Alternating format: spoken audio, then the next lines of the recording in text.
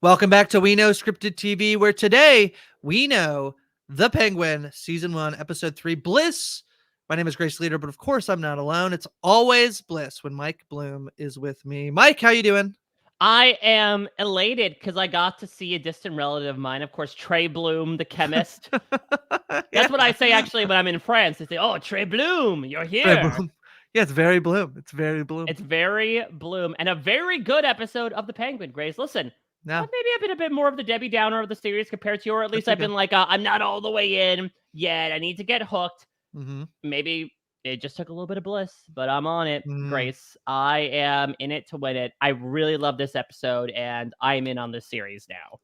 Yeah, I think that I definitely was higher, I think, than you on episode 2 for sure. Episode 1, I talked about my like mixed feelings of it. I feel like I liked it better after rewatch.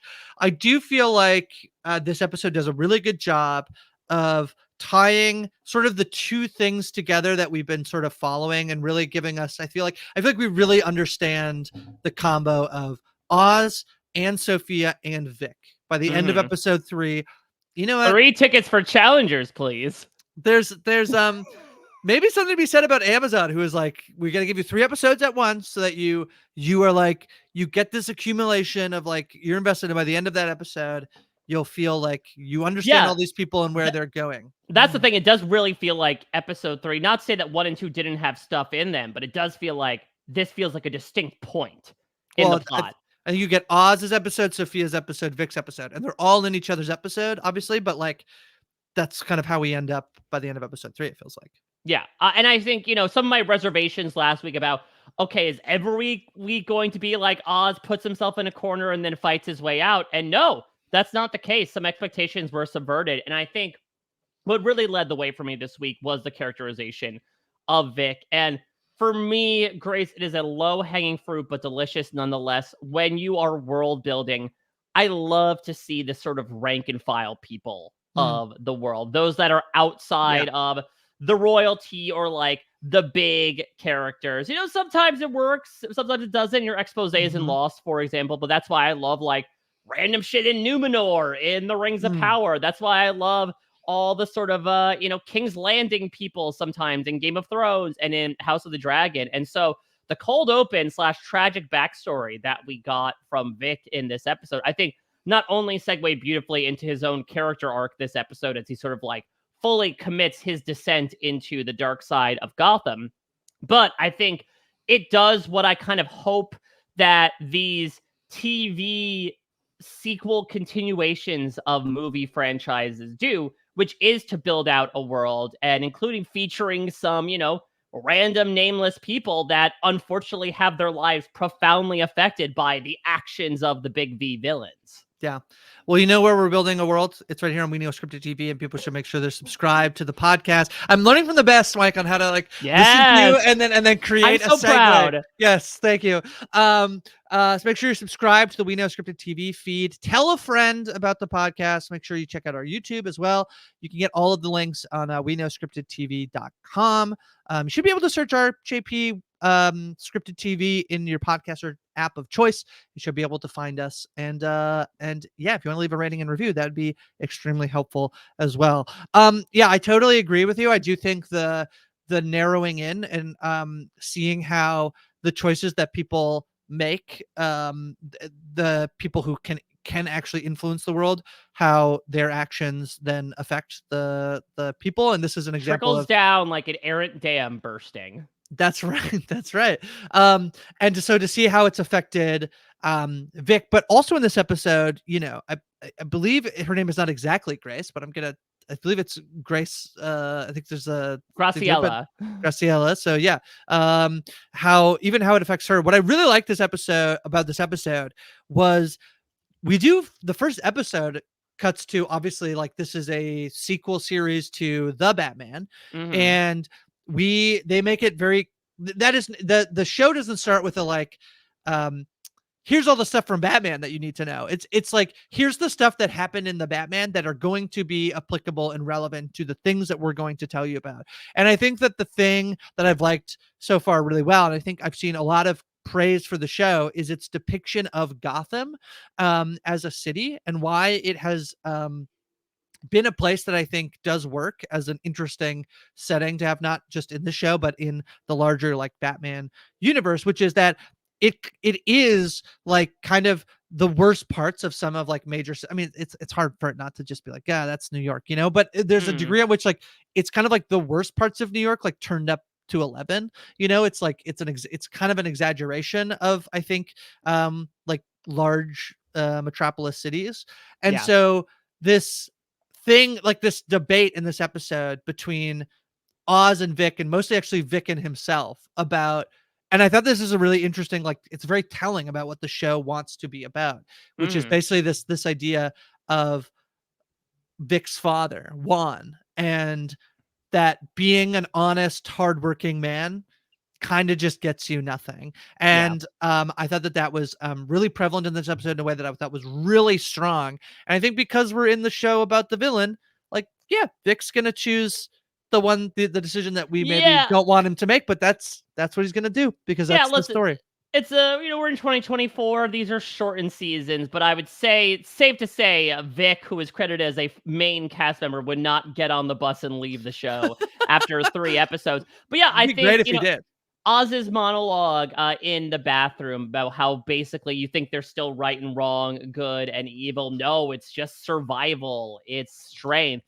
I think also you and I have been questioning, especially since the beginning, like how much are they going to attempt to humanize again one of the big bads in the Batman universe? And I think this is a good job of sort of rationalizing his perspective and maybe speaking towards again the way we kind of view TV nowadays too in that realm of anti-heroes, which is like, okay, there's not really a good or evil anymore. Some people might do things for the sake of being good, but at the end of the day, we are selfish beings. And sometimes you can be selfless to feel selfish, right? Like you can do something for others because it makes you feel good and that's why you do it. But something that serves as Vic's slow descent into the morass that is the underbelly of Gotham City is this idea. It's almost like, I don't know, I think it was maybe Thomas Hobbes or maybe John Locke that was basically like, we are all born evil, Mm. basically. And so the sooner you reconcile with, the better. Oz takes a similar kind of nihilistic perspective of like, listen, we're all nothing at the end of the day. So you can defy the odds and make something of yourself, or you could just go to California where you're going to keep being nothing. And it goes to show that, yeah, maybe the reason why Vic has stayed in this pursuit the entire time is not necessarily because he feels like Oz is just going to murder him because he knows too much. Maybe it's because he likes a little taste of the dark side. I liked this dynamic a lot. I've talked about how the theme that's like resonated with me the most is these people who are maybe looked down upon. Mhm. That Vic is a person with a stutter, and I thought the scene where Oz interrupts the waiter to be like, "Let him finish," and then Vic kind of like Oz basically says to Vic like, "No, you're right. I shouldn't have done that. You should do it. You should." And this theme of taking up space, and being big, I thought was really compelling.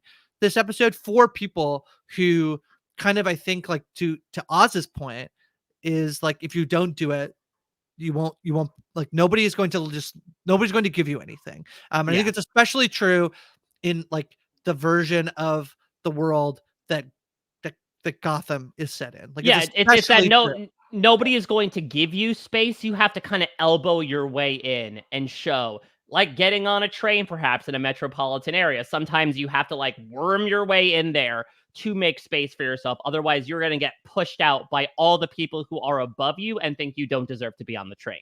Yeah. This episode does a thing that I really like, and I've noticed it's a thing that I'm liking more and more from television shows, Mike, or movies as well. Which is I feel like I often have an expectation of, as I'm watching it, what the season structure might be, what the arc might Mhm. be, and then seeing a show kind of figure in a way, not in a way that feels rushed, but to like push on that a little bit and to push and to Yeah. move things forward. And I thought that this episode, as I was talking about, in terms of the way in which I think it's a really good episode in terms of seeing where it's going, and that it's a combination of Sophia Oz and Vic at the beginning of the show and bringing those things together to see where it might be going, we do get this kind of, I guess it's definitely hinted at, but I feel like they really pushed the button on this episode, which is that Oz has screwed over Sophia in the past, and so it's Yes. revealed ultimately that he sort of goes to Carmine with what he at least says is what he thought was doing it to protect her, that ultimately lands her in Arkham. Yeah. In a way that I thought that their dynamic too is really interesting, because I think that it's hard to tell what is genuine and what is bravado between the two Mm-hmm. of them, especially Oz to Sophia, because by the end of the episode, he leaves her high and dry. He leaves her with Nadine. Yeah, she'll figure it out. Yeah, with Nadia, yeah. Nadia, sorry, I yeah. mean, it's really interesting. I mean, I kind of now want to look back on the first 2 episodes, knowing the dynamic of like him basically being her chauffeur, Right. which we did not know about until this point. She just kind of lets it go to Vic, and how Mhm. she basically relitigates that dynamic immediately. I mean, I think something we've explored a lot with Sophia's character is like she is walking out of Arkham into a very different world and trying to settle into the place that she thought she was beforehand, only to realize that that's not the case. And we see that Well, and again once here. again, she says, "I'm not the hangman." I think Yeah. implying that, I think whatever she went to prison for, she didn't like. I think there's more, I think, to this, like, what did Oz tell? Why did Oz think he needed to tell Carmine? And then Right. what happened to Sophia as a result of Oz telling Carmine something about Sophia?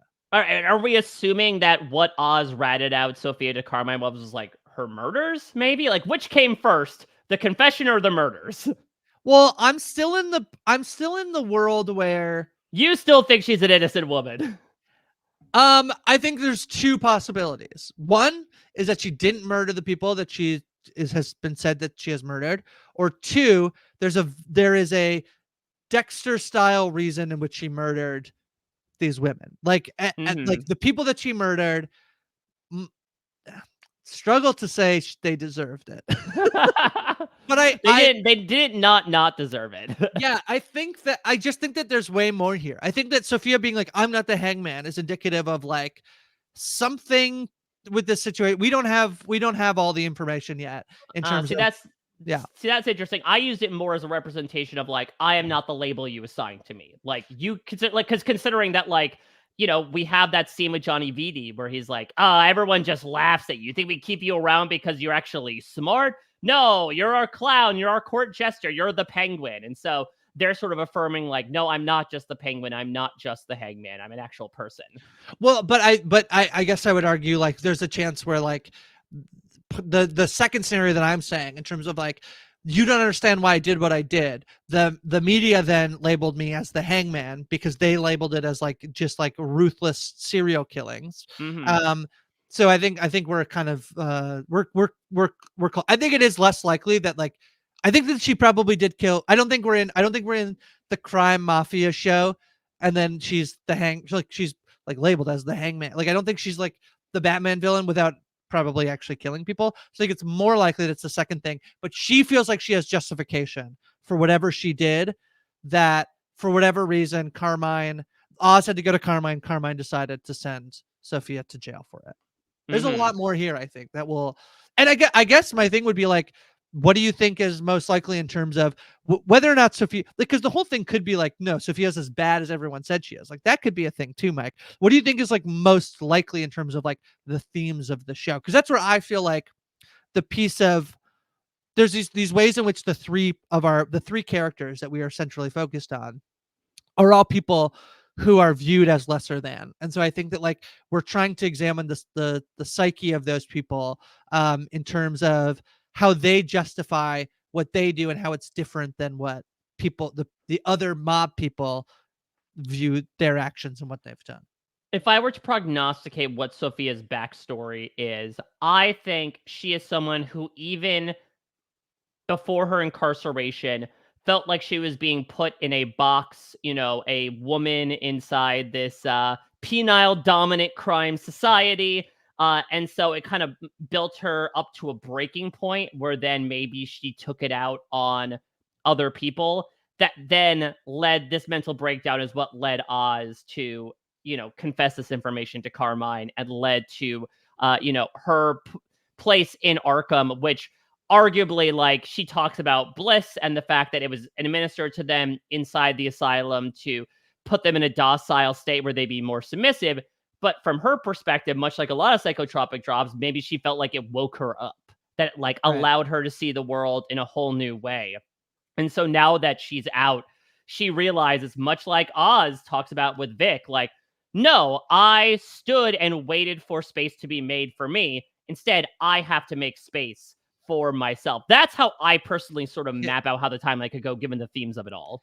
Here's a scenario for you, Mike, and Okay, I'm just playing fantasy booker here. She's very close with Alberto. Alberto in the dream last week is like, I'm gonna get you out of here. He gets shot in the head, wakes up. So if we think about Sophia's connection to Alberto, what if, and this is where I think that you can have it both be that she was doing something that she would perceive, even if it's not good from a public perspective, it's good for the family for her to have done it, but it seems very dangerous, which is that there are like women who Alberto is sleeping with, or like women connected to people in her family who she's killing. And then Carmine realizes like, that's it. Like, maybe Carmine never wanted Alberto. Alberto does kind of seem like he's maybe like a bit of an F up as well, as like in terms of like a little bit of a Roman Roy, I'd say. Yeah. So what if like Carmine never wanted Alberto to be in charge, and Sophia's going around cleaning up Alberto's mess? Like, that's bad. I think that there could be something to like internal fighting. And obviously, I think the other piece of this is that like, I do think what Oz says to Vic is likely what will happen this season. It just won't go down exactly how Oz wants it to, which is that he says, by the time they're all fighting and killing each other, I'll just be in charge of this whole thing, right? Right. So, it's the idea of, just having the warring factions working with each other, and then chaos is a ladder. Oz climbs his way to the top, but I think it's going to leave a lot of characters' bodies in his wake in the process. How are we feeling about the needle on Vic Death Watch? Because we've talked about this, right? That like there's two conclusions it could build towards if we're talking from a tropey perspective. Either Vic kills Oz and sort of like continues the cycle of, oh, now he has fully broken bad, is fully corrupt, and becomes the new crime lord, or Vic dies, end of innocence, etc. Do you feel the actions of this episode move things one way or the other in terms of those outcomes? Yeah, I mean, the thing that I want to kind of most touch upon here is, and I'm delaying my response to think about it. You're a master of the filibuster, Grace Leeder. But I mean, let's talk about Oz's, like the speech that Oz gives to Vic. There's a world where you can say that is full manipulation. There is a world where you can say that it's 100% genuine. I think probably it's some mixture of both. It's because I think that there is this thing that Oz sees in Vic. I think that there is this genuine thing of like, no, there is no other world. And I guess there's no other world where Vic can leave and go be successful. Like, he could go and run a mechanic shop in California, but like, that's what his dad ran a mechanic shop in Gotham, and it never got him anywhere. He never got to try snails at a fancy restaurant, you know? So, he's missing out, truly. Escargot? Don't escargot, Vic. Escar, stay. Do crime with me. Do crime with me. Come on, have fun, do crimes. Be my bag boy. But he does call him the Bag Man this episode. So, Bag Man. But I think that which sounds like a bad Batman villain that was introduced in like 1955 and appeared in three issues. Pow, bam. I think that the thing that I think is compelling about the show so far is that I think that there are like two conversations that you have to gauge whether Oz is being genuine in. And there's one with Sophia and there's one with Vic. And I think that the one with Sophia, I think both of them have levels of genuineness in them. But I do think because he views Sophia as somebody who is a threat, I think mostly confirmed by the end of the episode where he leaves Sophia. Like, he does not try to save Sophia.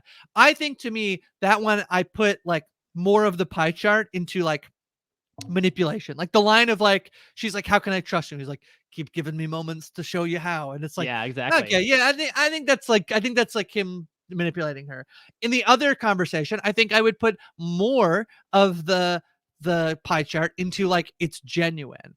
And Mhm. in both instances he does need something out of he doesn't need something, I guess, per se, but I think he definitely wants something out of which I do think he what I think is interesting is that I think it's his world belief, Oz's world belief, as most I think personified in the conversation with Vidi, where Vidi basically delivers on the themes of the show. I think is Yeah. basically being like, you're a loser, you're a joke, we laugh at you, we call you the Penguin, you're a fool. Oz immediately. What was he trying to do? Was he trying to pull a tooth out? Was he trying to pull? Was he going to pull his tongue out No, with the he pliers? just What was he he doing? shoved the phone in his mouth. Oh, I could not He tell. literally said, like, "Choke on this phone." Okay, I didn't. I couldn't. I didn't catch that. I watched it just before we came on. So he shoved the phone. Couldn't tell, and then like nothing was bleeding, and I was like, oh, okay. So yeah, that makes sense. He shoves the phone in his mouth. That to me is like indicative of a lot of what's happening. And I think Mhm. that because Oz doesn't see Vic as a threat to Oz's power, but somebody he can benefit from, as opposed to Sophia, who is as much of getting like manipulating her. He also knows at the end of the day, to be in the position he wants to be, he needs to eliminate Sophia. He does not need to eliminate Vic. And so I think in both scenarios, and those, therefore, I worry about Vic when when there's a point in which he is a problem Mm. for Oz Cobb, either in terms of like a moral dilemma or becoming what Oz does not want him, like becoming more better at this than Oz is. Like all of those things I think seem pretty bad for Vic. And I think I would put more money that Vic dies, but I think there's also the world where like could be he gets on a bus and goes to California at the end of the show. But Yeah, it's interesting because there is a lot of projection, I think, happening with Oz, and it's weird to make a parent-child comparison, but it oh, it really is. I mean, yeah. we also Well, we find know out, Vic doesn't have Vic's father. which is also very interesting Yeah, because Vic's origin story is like it's not completely one for one for a character like Dick Grayson, but like there's a little bit of a Batman and Robin feel to this. Now that we I would know Vic's agree. family is dead, of like this is my young ward. Wait, what bird are we gonna call Vic? What is if it's like I mean, there's Batman and Robin, but I guess those are both. Batman's not a Yeah, bird. there's like Now, penguin. Well, but penguin's a bird, so does that mean that Vic has to be a like creature of whatever the a night? bat. It's the Bizarro Batman. He's Vic the vampire. That's what he. Exactly. He's Vic the vampire. But I do think that there was this idea that now that we know more about Oz's relationship with Carmine, that it really was like Carmine kind of pulled me up from nothing, saw something in me, took me under his wing. Like I am making a lot of assumptions that the stuff that Oz does, just teaching Vic these life lessons, I would not be surprised if Carmine did very similar things to him. And so again, he's sort of carrying forward the lessons that were taught to him. It's one reason why I think Oz gets so belligerent towards Vic as well, of like, you would be nothing without me. I was able to see you and I put you where you were right now. I think it's a lot of him sort of like yelling at a more impudent, younger version of himself as well, being like, you don't realize how good you have it right now. And so it would be interesting to see like how would he react if the son sort of outweighs the father, or is it going to continue to have Oz lean favorably towards Vic because he's like, and you're going to follow in my footsteps, you'll be the heir apparent to the kingdom that I will soon conquer. Yeah, I definitely I could that's where I could most see where we're gonna end up getting some tension. I think that in a show that has the potential to go more than one season, I just really I mean, well, that's interesting. As I sometimes I think before I speak, Mike. I don't know if that ever happens to you, which is that as I'm thinking about the fact that Colin Farrell just does seem to literally like not enjoy being on the show. There has been a few more there's been some interviews. If you could check out the Graham Norton interview at some point where he talks Oh, about. does he do it in character? No, I wish he did. I No, believe I'm it's mad Graham because that Norton. would require more prosthetics, and he would just outright refuse He that. would refuse. He talks about. It sounds like he's a bit of a method actor. He talks about like how he brings a lot of characters home with him. It's not that Mm. he's like always in character, but he feels like it's very hard to not basically bring your work home with So, you. And I so mean, I luckily he had Paul Dano on the set of the Batman, who was a that's much right. bigger, more problematic method actor. That's right. So he talks about being at he was in a sauna, I guess he said, and he felt like a guy was looking to him and looking at him weird, and then he realized that he was giving the look as if he was Oz Cobb, like he was basically being like, "What the hell? What are you looking at me, punk?" Like he was giving this like he talks about the story. Oh. I just think that like Colin Farrell's not gonna do the Penguin again. I definitely could Mhm. be wrong if they gave him enough money. Um, but in terms of like this, I think there's a difference between the ending we get, if there's even a possibility that they're doing more, or if they're not. And I don't know whether like how quickly did they realize like, man, Colin Farrell's never going to put on the makeup ever again. Um, just in terms of, I think in a show where it goes on for more seasons, I think you hold on to Vic, even the idea that he could potentially like overthrow or be a problem for Oz. And I still think I'm in that camp mostly, that like I think what happens is more like Oz maybe like catches a flash of it and is like, oh, that's a problem. And Mhm. that's the danger for Vic, rather than like a full, which this episode is actually, I mean, if we're going to talk about thematics again, this episode is essentially I guess the continuation of a thing we got last week, which is it is the coup attempt, which I love that Oz calls it Corporate actually restructuring. corporate restructuring. But there's the chance too, right? That and that's the other pieces that you could end the season where like it happens, and then there's this hint of like it is never safe to be. I mean, this is the Tony Soprano stuff, right? Of like Mhm. there is never a level of comfortability you can have being in this world, which I think could be something we play with throughout the next few episodes, where Oz, it's not like he sells like this beautiful vision of the crime world, but he at least sells a version that's better than anything else, to the point that Vic doesn't get on the bus.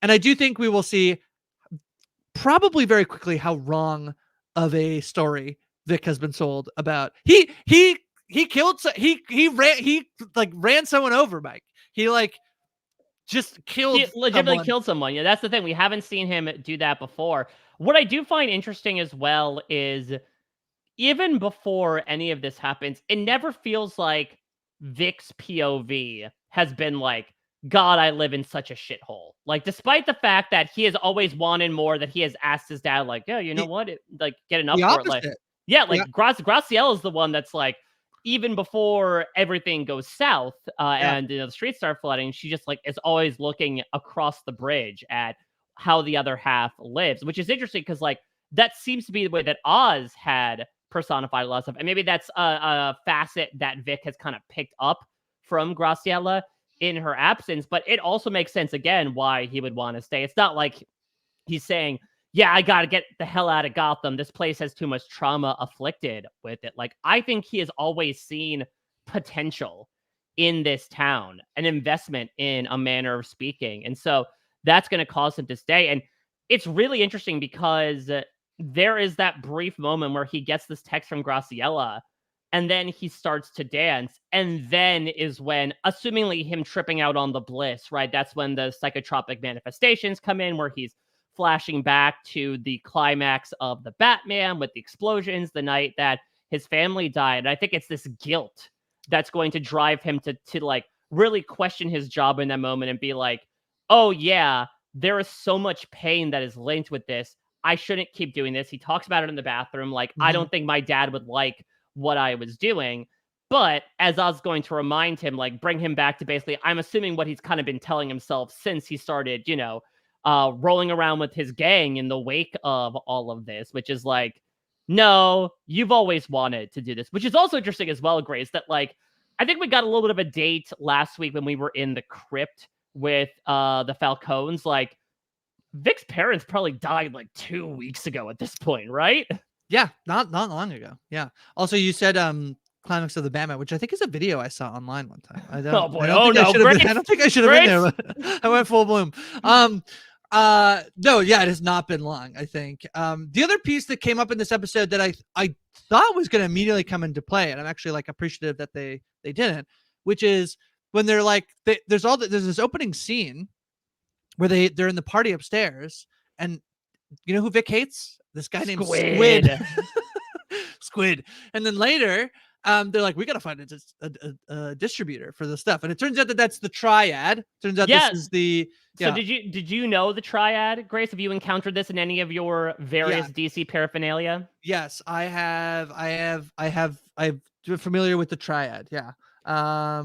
Kind of fun that they get mentioned. Yeah, I know them most from their appearance on Arrow, which I think they were like Ah, one of the main villains in. I think it was season 3, maybe when the show started losing the plot a little bit. Oliver Queen, despite the fact that we were told he lived on an island, he actually left the island briefly to like go take care of some work and help take out the triad in China. So that's how I primarily knew it. But now, Grace, I have a whole new appreciation for it because of a very familiar face behind its main man. yeah. So it's fun. I was just like, oh, we're gonna deal with Squid, but no, we don't deal with Squid. I imagine Nope. Squid is coming up later in the show. Maybe Squid got washed away in the flood. Maybe he could just die, but it was a very prominent, like, man, I hate Squid, and then like Also, I felt so bad that like a little mop top kid and his crew. If you remember, he was the guy that like they kidnapped and tortured information out of him about. Oh, actually, Oz was at the club that night, and then the kid got killed because Oz kept lying about it. Like, oh yeah, he showed back up. Right. The one piece I wanted to stick on, which is I do think this idea of, which I loved, which was, and I really like this conversation of the way that they both can be on the rooftop and look at the city and have these like dramatically different interpretations of Yes. the beauty of the city, which is essentially um Vic seeing it as opportunity, as like, Yep. oh, it's this place has like as opportunity, and Graciela seeing probably more rightly like, no, like you don't actually get to go and be over there. Like it's kind of like the lottery of like you could play the lottery, you're basically wasting your money. Like the amount of people who actually win at the lottery is not many, and so like, no, we should leave, we should get out of here. And it really is even like he has not been answering her text messages. He has not been chatting with her. It's the first time he sees her, which is he brings her over only basically when he has money. Once he like feels like, okay, well, I for a brief portion of time before he ends up paying off a cop. Yeah, I like that scene too as well. I like them bonding over. He's like, that's the cost of doing business, kid. It's the price of admission. Well, that's what I'm intrigued by as well. Is like, you feel a certain way about them maybe utilizing Vic's stutter for a characterization, but it is interesting that like he immediately starts stuttering once he ends up getting out of the car, but then like he takes a breath and then he just like lets out this silky smooth sentence of like, I don't have any money. Yeah, it's good. Yeah. And then, so I wonder if that's going to represent, the less that he stutters, the more acclimated he is to this world, the more comfortable he is. I definitely hear that and definitely think it could be a thing that happens. I would be interested to, and I'm trying not to then be like, oh yeah, it's about him, but like when he's bad, but it's about comfortability. I would be really interested if that is a thing that resonates with people who live with a stutter. Exactly. Yeah. Whether or not like I mean I know that there's some people in terms of there's another character in HBO who lives with a clubfoot in addition to Oz, which is a character in House of the Dragon, and we immediately got some feedback about like he, in the book he is depicted, his name and the nickname he's given is the name of his Clubfoot, the name of his disability, that really like did not sit well with people who know people or have children who have a clubfoot. I wonder whether or not in particular like either of these depictions of a person living with a disability resonating might not be the right word, but whether they're being done with care. Because my first instinct to that is like, I get why they might do that, but I also wonder how much that feels like not great. But I honestly, I just don't know. So if people want to enlighten me, I would be very much open to that. Because then he does have this moment, right, where he's in the fancy restaurant, which I guess is a sign where he's uncomfortable, which is he's trying to order the steak frites, and he has this moment that I really like.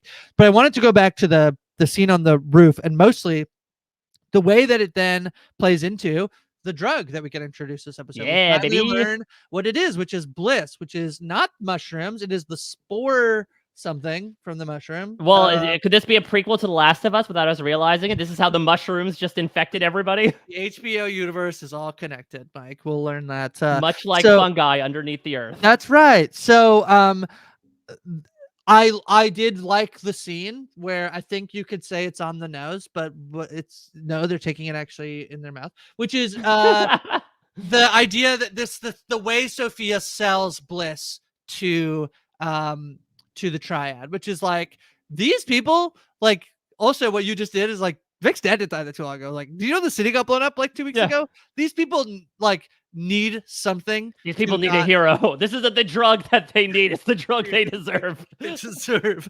And so the party scene of like the people who are just desperately looking, not just for like an escape, not a thing that like makes them forget, actually a drug that in some way gives them the ability to like enjoy, to have fun, to like have a release. I really did like the thematic nature of like learning what bliss was, calling it bliss, having it be at this big wild party. I thought that was pretty effective, and I thought it was also a very good way to show that Sophia's pretty good at this. She's pretty good at this whole thing. Yeah, that's the thing, is I think as much as other people, Johnny VT has been like, nope, this is not your place. Go F off to Italy. It is good to see her really step up and prove how smooth of a talker that she is. I think it also really sets it up nicely because, again, if we are under the pretense that it is going to be this sort of two-headed battle for the head of the Gotham crime throne between Oz and Sophia, we've seen Oz outsmart Sophia a couple times, so let's see a little bit of Sophia's capabilities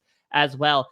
And I love, too, that she is bringing it in from her own experience, that, like, this is something that was used to make, some of the most insane people in the world docile. This, again, talk about things being on the nose. I mean, this makes the inmates quite literally running the asylum. If you are taking the same drugs that are administered to those patients and distributing it en masse. I think it's also going to create some like very fun trippy sequences as well. We got it this episode with Vic, and I think it might set up a nice idea from like a visual encyclopedic perspective to maybe also bleed in some past with the present. I love myself a mind palace, Grace. We did this last week. We did this last week with Sophia, right? I imagine that's not like her taking bliss. I do think that. I mean, it like, could be like lingering effects of much like people took LSD back 50 years ago and they're still feeling the after effects today. Could very much be the case. Which is interesting if you think that like all the people who just took bliss potentially are going to be out in the street having hallucinogenic nightmare visions as they're out on the street. Where are we going with that? Yeah, you keep saying fear toxin. I did think about it this time, especially with especially what Vic was experiencing. I'm like, there's a non-zero chance that this could be weaponized. If everyone is experiencing their worst fears with this, then yeah, that's not a coincidence. It's going to develop into something. You mentioned that Feng Zhao is the name. You mentioned that there's a familiar face. This is Well, Grace, you haven't watched your Dharma Station orientation videos recently. This is Francois Chow, who plays Okay. Marvin Candle, Pierre Chang, whatever name you want to give him here as, the authority of the Triad, who I imagine we're going to keep seeing, especially because the Triad is now cooperating. They're the distributor, and, inevitably it's going to turn south. Hell, we just saw that at the end of this episode with clearly the cooperation between Oz and the Maronis is done. So I imagine sooner rather than later, we're going to get another sequence where Oz is going to have some major character coming after him in some way. So let me just maybe put a little bit more stock in my which other DC character is showing up on the show that I guessed that it would be Jonathan Crane, aka Scarecrow, when Sophia is chatting with Zeng, mentions, I did a little digging in your past too. Your father was a psychologist, and talks about how basically bliss is the answer because like isn't like a lot of response. This is a psychological response, a need for something that makes them not worry about everything else that's going in their life. He, I think, astutely points out like, yeah, isn't everything a isn't the reason I watch television a psychological response? Isn't like everything? Yeah. So it's interesting. So we'll see how much that gets capitalized on in the future. I mean, listen, this is introduced in episode 3, Grace. I just imagine that it's not all going to be hunky dory for the remaining 5 episodes. They almost called the drug hunky dory. Yeah, imagine like, I got a little bit of HD going on. You've been living life in SC. How about some HD, some hunky dory? Yeah. So, but I just am putting it out there that we got there's a psychologist on the board. Zeng's dad is perhaps his father was a coworker of Jonathan Crane. I don't know. Just saying. And I wonder if you did a season of the show and then you're like, Colin Farrell hates us. Does the Penguin become? Do you add Penguin : Scarecrow? I was thinking more a la the new Netflix show Monster, or Yes. monsters, Colon. originally the Dahmer story, now the Lyle and Eric Rodriguez story.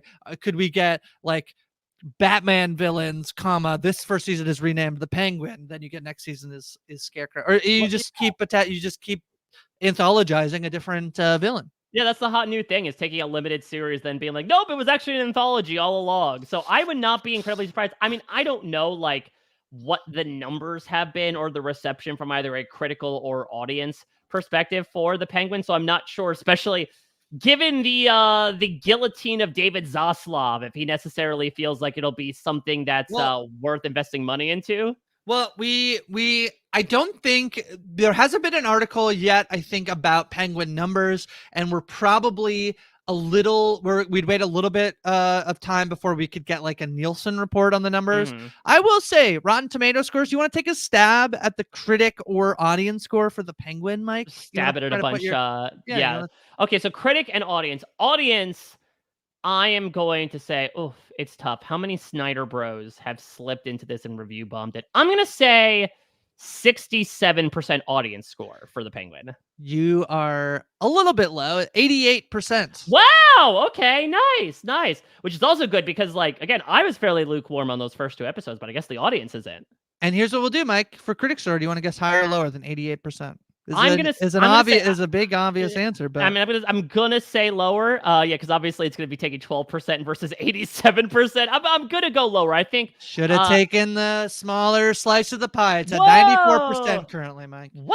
Obviously, this is all we're recording a smidge early, so this is before episode 3. Not that I think episode 3 is gonna swing those numbers dramatically either way, but I mean, 94 and 88% and a higher critic score than an audience score. That's amazing. I think this is a good reception for the show. It just does really depend on whether it's doing the numbers. There's also a very funny thing, Mike, that is going to be happening that happened basically because if people are listening to this, it will happen already, which is the Penguin is premiering. I do want to say, Mike, I don't know if you are going to go see Joker Folie à Deux in the next week or so, but I do wonder if we could sneak in a bit of a Joker Folie à Deux section at the end of our Penguin pod if you have any interest at some point in seeing it before the end of the run of the Penguin. I am interested in seeing it. I mean, I wasn't initially because I was told expressly it wasn't a musical. It was just a movie with songs where the characters, which is definitely not a musical at all. I am intrigued by it because I will admittedly, I've seen a couple people, post those pictures on Twitter being like, going to go see this. And then they quote tweet it being like, oh, it was worse than I thought it would be. So yeah,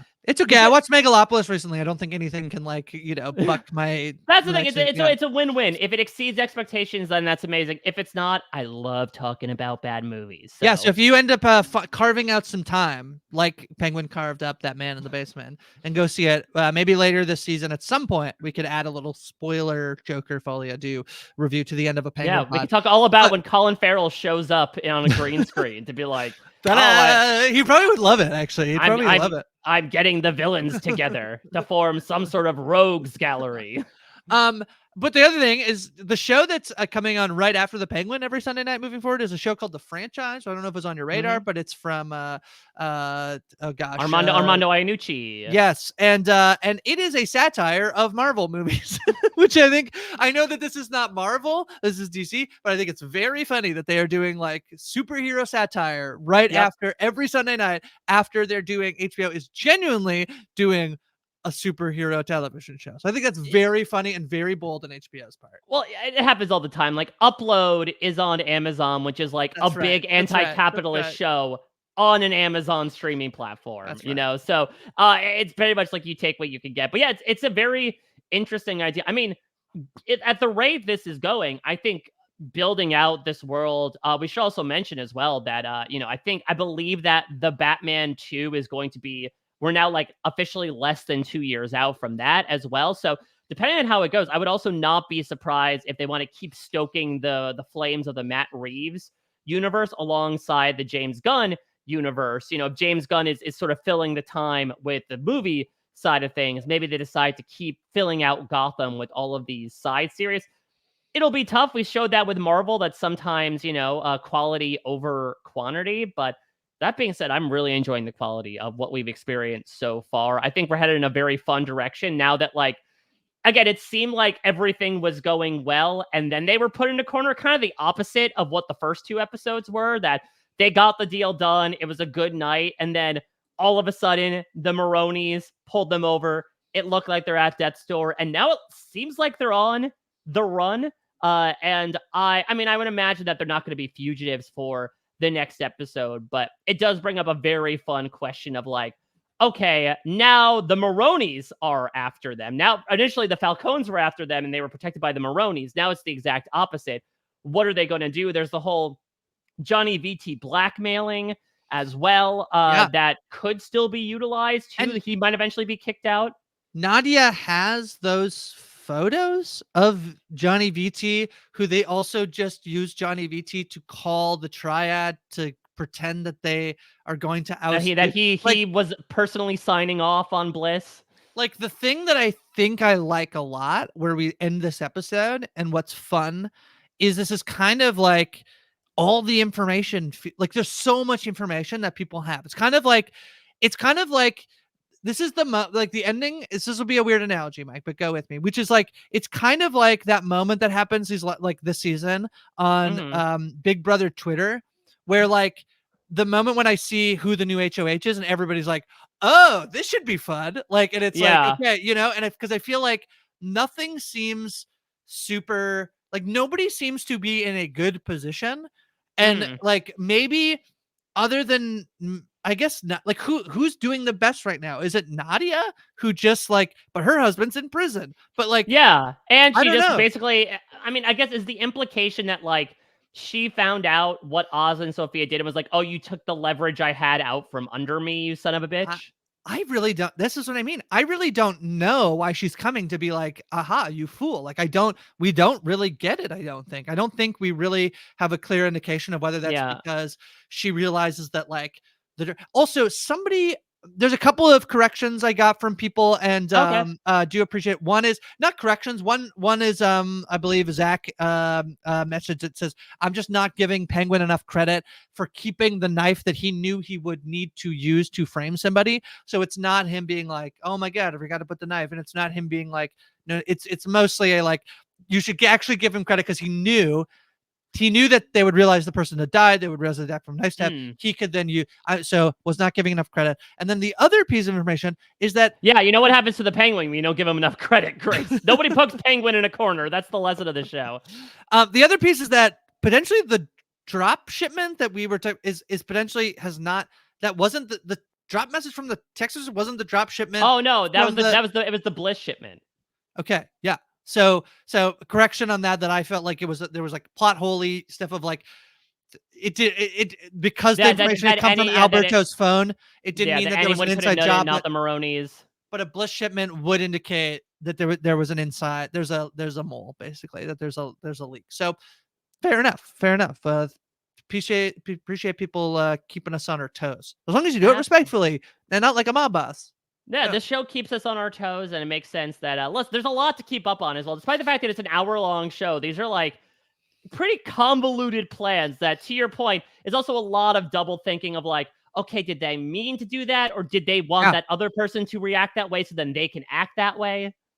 That's what I think. That's where I think that's been this. I mean, it is kind of like a reality show, Mike, where it's like when I'm watching like Oz give this speech to Vic, I'm like, that was cruel. Was it cruel? Because like, why was he being cruel in that moment? Is because he is mad? Is he trying to trick? Is he trying like things that will, all of these like motivations that come into play that I think are really fascinating to watch. And I know that he hated being in the prosthetics, but I give a lot of credit, I think, for being able to deliver a pretty nuanced performance while like, well, he's basically Tim Robinson in the mall, Yeah, I completely agree. Like, they said that Colin Farrell was unrecognizable the first time they saw him from set footage of the Batman. And I feel like that happens with his mannerisms as well. I mean, Colin Farrell with his broguish Irish accent, like delivering this, East Coast version of Oz Cobb. I will also say, I think someone screen capped Vic's license one time and like, in canon, in this universe, Gotham City is in New Jersey, which now makes sense as to why they had that. Why basically everyone has that tri-state area accent. I think I said it's like New York, but I think I do, because I think New York also exists in the world of the Batman. So I think I Yeah. did know that it's New Jersey, I think, but I'm a Canadian, so I think I get a pass Well, for it's also knowing tough that. because like the Nolan Batman filmed primarily in Chicago, so I think a lot of people Right, affiliated with the right, Midwest right. instead. So we're back out on the East Coast. Yeah. That's why Graciela is gonna have a long bus ride to California. Yeah, I know. It always is kind of funny when it's like, all right, I live in Gotham. I'm gonna go to California. And it's like, oh yeah, you're in America. I guess you have to be Well, in see you in America. a week. Yeah. All right. I think that's it for the Penguin episode 3, Mike. What else you got going on? Well, Josh Megler and I have finished off our own high as we have covered Lost for first timers. We put out a Ooh. podcast recapping the final season 6, talking about it all, the hits, the misses, and that ending. So be sure to check that out. We'll take a week break before we get into Battlestar Galactica. Yes, we promise we are getting back into Battlestar Galactica. Sasha Joseph and I are doing TV for real, as Mhm. always. And then on the reality TV side of things, it's popping like those drugs. Survivor, Big Brother, The Challenge, The Circle just finished. I'm doing stuff with The Masked Singer. You can check out everything I'm doing over at parade.com and everything I'm doing in general at a Mike Bloom type on social media. Okay. We also have our industry coverage is wrapped up. So if you didn't get a chance to check out that, check it out. I think it was a pretty good finale. And then also covering Rings of Power here with Taryn. I did special bonus coverage with Chappelle and Evie on the new Netflix documentary, Will and Harper. It probably is out by the time you are listening to this. I will say, they are separate. So I talked with Chappelle and I talked with Evie. I unfortunately didn't have a chance to talk with them together, but I think it's very well worth watching. It's a documentary I encourage everybody to go watch. It's very sweet. Will Ferrell goes on a road trip with his old friend Harper Oh, Steele, that okay, yeah. head writer of SNL, who transitioned a couple of years ago, and they go on a road trip across America, and it's delightful, and I think everybody should watch it. So check that out. And then obviously the Tastemakers as well, where Taryn and I watch everything and tell you what you should and shouldn't watch and keep you up to date with the latest in the world of television and film. That's it for us on the Penguin this week. We'll be back next week with another episode. Until next time, bye-bye. Oh, wah, wah.